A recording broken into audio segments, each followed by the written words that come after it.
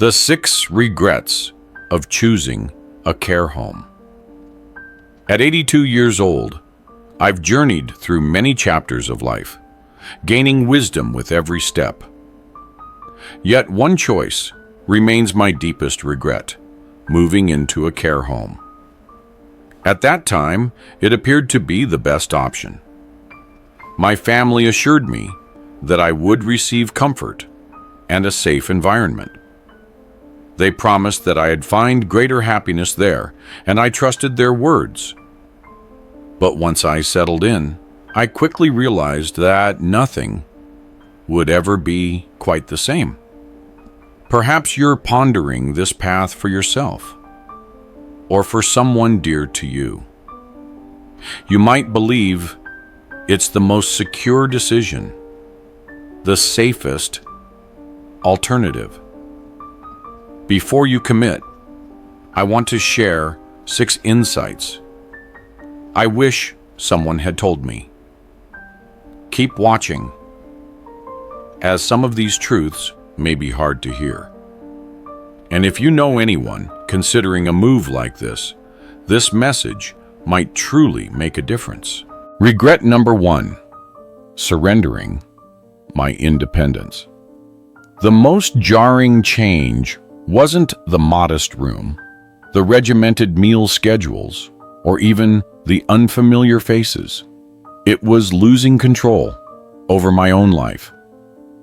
Back home, I decided when to rise, what to eat, and when to head out. Now everything is dictated by their timetable. Breakfast arrives at a predetermined hour, whether or not I'm hungry.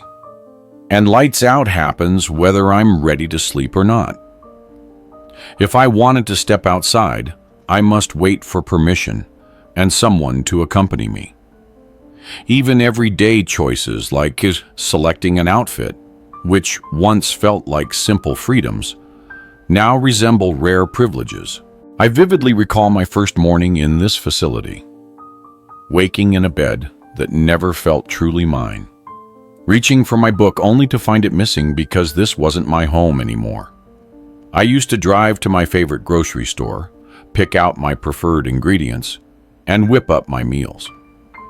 Now, a prearranged tray of food is served regardless of my taste. When you relinquish your independence, reclaiming it becomes nearly impossible. Are you prepared to forfeit those small freedoms that make your life uniquely yours? If this resonates with you, share your thought in the comments below. Regret number 2: feeling forgotten. In the beginning, my family's visits were frequent. My daughter would stop by weekly, and my grandchildren would come over on weekends. Yet as time passed, these visits dwindled. Instead of face-to-face connections, phone calls slowly turned into brief texts, and eventually there was silence. Holidays arrived with empty promises, as everyone assured they would come, yet plans were constantly disrupted. I found myself anxiously awaiting a knock on the door, only to be met with disappointment. The hardest realization was understanding that I was no longer a part of their daily lives. I wasn't the one sharing in the good news anymore, nor was I the one offering advice. Instead, I became merely a person they checked on when they remembered. For anyone weighing this decision, are you ready to face the isolation? Because no matter how much your loved ones care, once you're out of sight, you risk being out of mind. If you feel this touches on your situation, leave a comment below to let me know you're here. Regret number 3: losing my sense of purpose. Back at home, I had my little rituals: watering the plants, brewing my morning coffee, and tidying up my space. These small actions gave my day meaning. In the care home, however, almost everything is taken care of for you. Initially, it seemed like a relief. No chores meant no stress. But it wasn't long before I discovered that having nothing to do left me with an overwhelming emptiness. Days stretched on, feeling devoid of any real purpose. I saw this unfold in others too. Take Henry, for example, a skilled carpenter all his life. Now, stripped of his tools and projects, he spends his days idly waiting. His once strong, purposeful hands now rest uselessly. Losing your sense of purpose is akin to losing a part of who you are. If you're considering this move, ask yourself, what will keep you motivated? Share your thoughts in the comments if you understand this sentiment. Regret number 4, deteriorating health faster than expected. Before I made the transition, I was in reasonably good shape. I would walk daily, prepare my own meals, and remain active. In the care home, however, almost everything is provided for me. There's little incentive to move or exercise. It wasn't long before I felt myself growing weaker. Muscles began to shrink. Joints became stiff. One day, I would be walking with ease, and the next, struggling just to stand. It wasn't only me. Many experienced a rapid decline.